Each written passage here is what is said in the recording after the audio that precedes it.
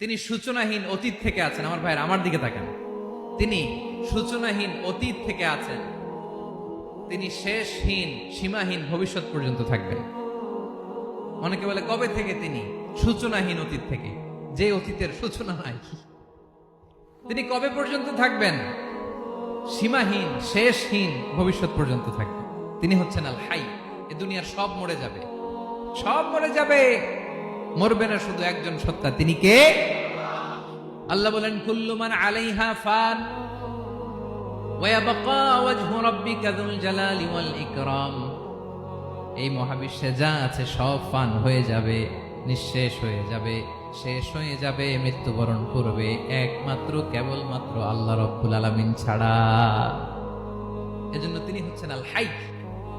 আল high চিরঞ্জীব, চিরকাল তিনি বেঁচে থাকবেন।